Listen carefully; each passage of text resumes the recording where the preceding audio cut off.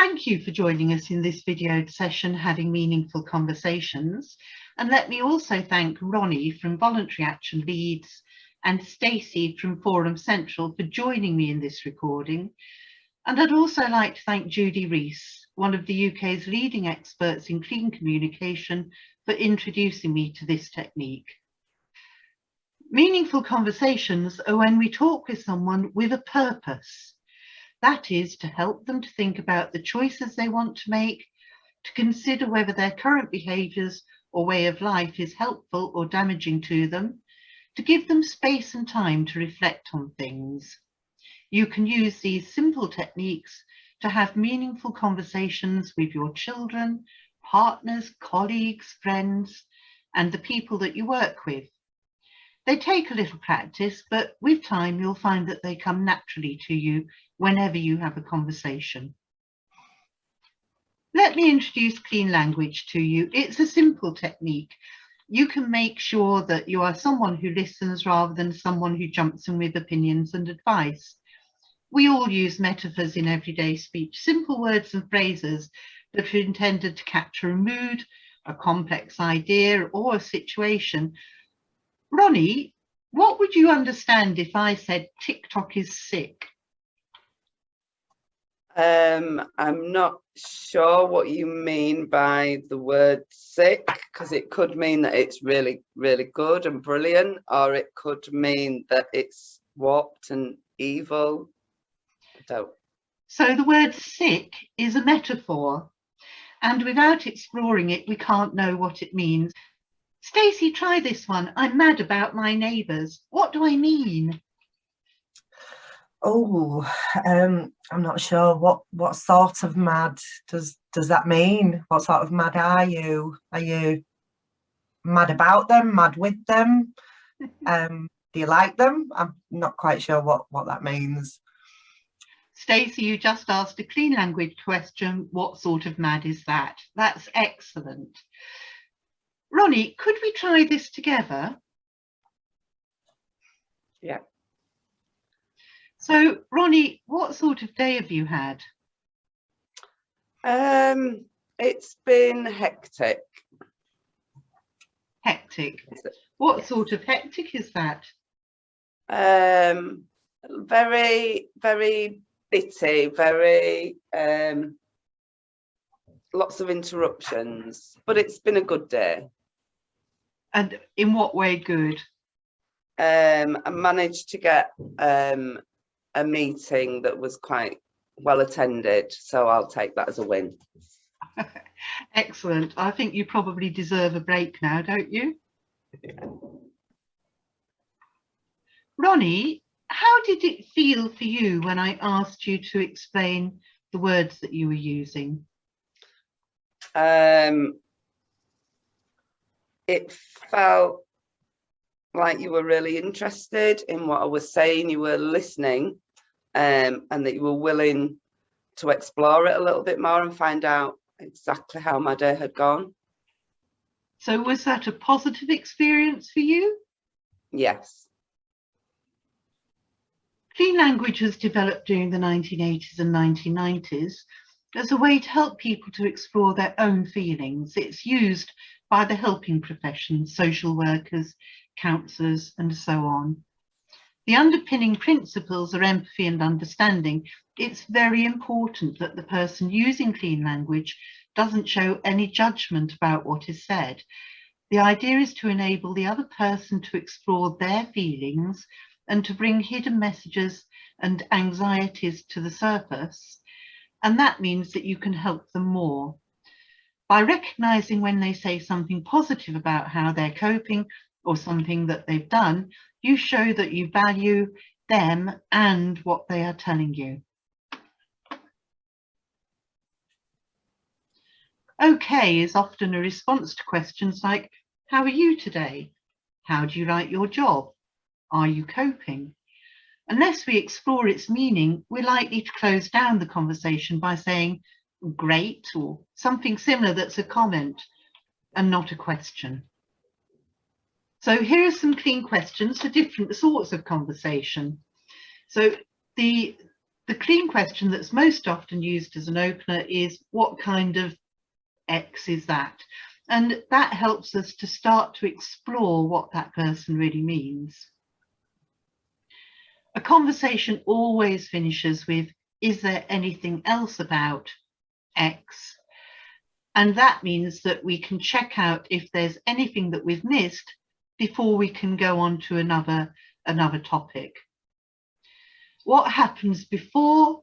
What happens next? We can use those clean questions to find out sequencing, to find out a little bit more about what the person is talking about, what causes it, what are the consequences. The question, what needs to happen, encourages the other person to find their own solution, something that they are comfortable with.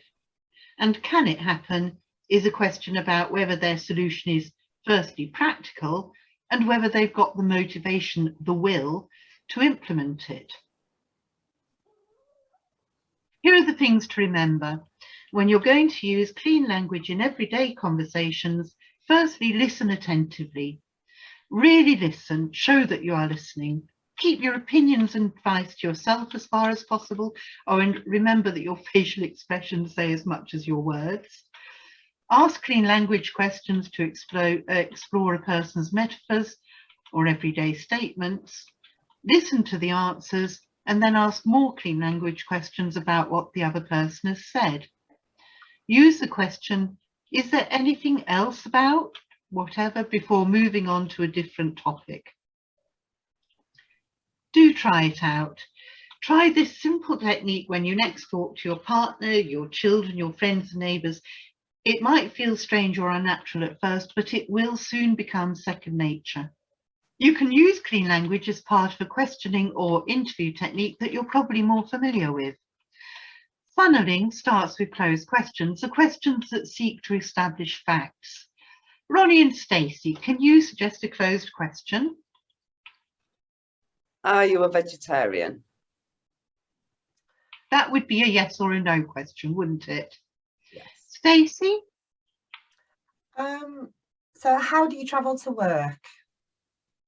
So that might be a bus or walking or a car.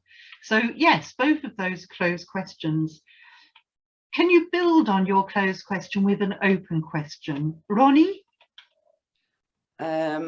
Why did you decide to become a vegetarian?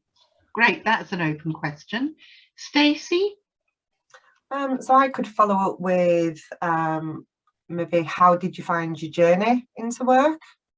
Great, and the next questions will be probing questions using clean language to ensure that you fully explore the topic. Shall we try it? Yeah. Okay, Ronnie first. Okay. Are you a vegetarian? Yes. Why did you become a vegetarian? I just felt really guilty about eating animals. What sort of guilty is that? I think the main thing was the idea that we breed animals specifically to be killed when we don't really need to eat meat. Stacey, would you like to try this?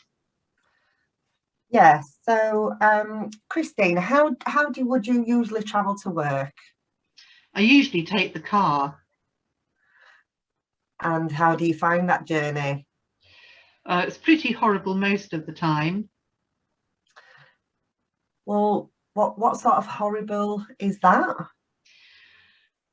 Well, the roads are busy and I worry about losing concentration and crashing the car. And I feel really guilty about using the fuel when I'm the only person in the vehicle. So you can see how those probing questions have opened up different areas to explore in more depth. Before we end this short session on having meaningful conversations, there's something to add.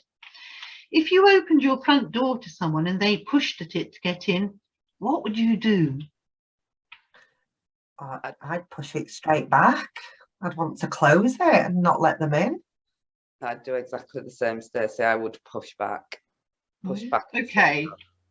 If the person you're talking to closes down the conversation themselves or isn't willing to discuss something in more detail, then don't push it.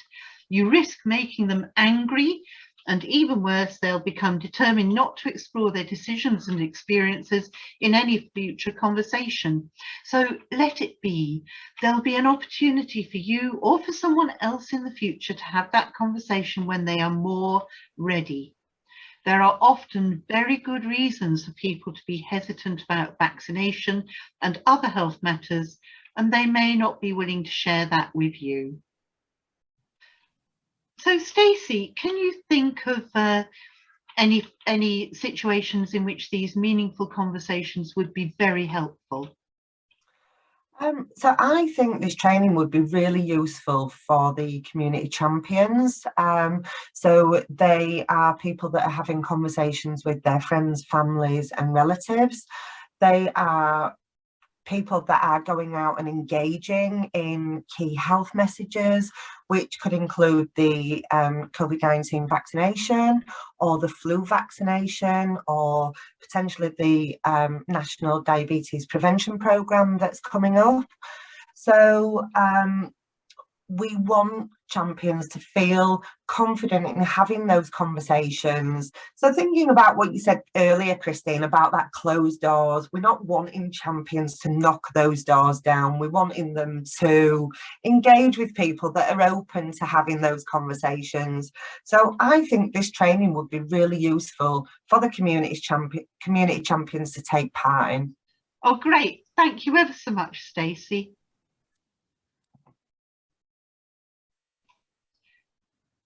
Finally, when you're out and about, keep yourself safe. You may be asked why you're wearing a mask or keeping your distance or using hand sanitizer, so just be ready to say, I feel better knowing that I'm protecting other people from catching any bugs that I've got. Thank you so much for staying with us.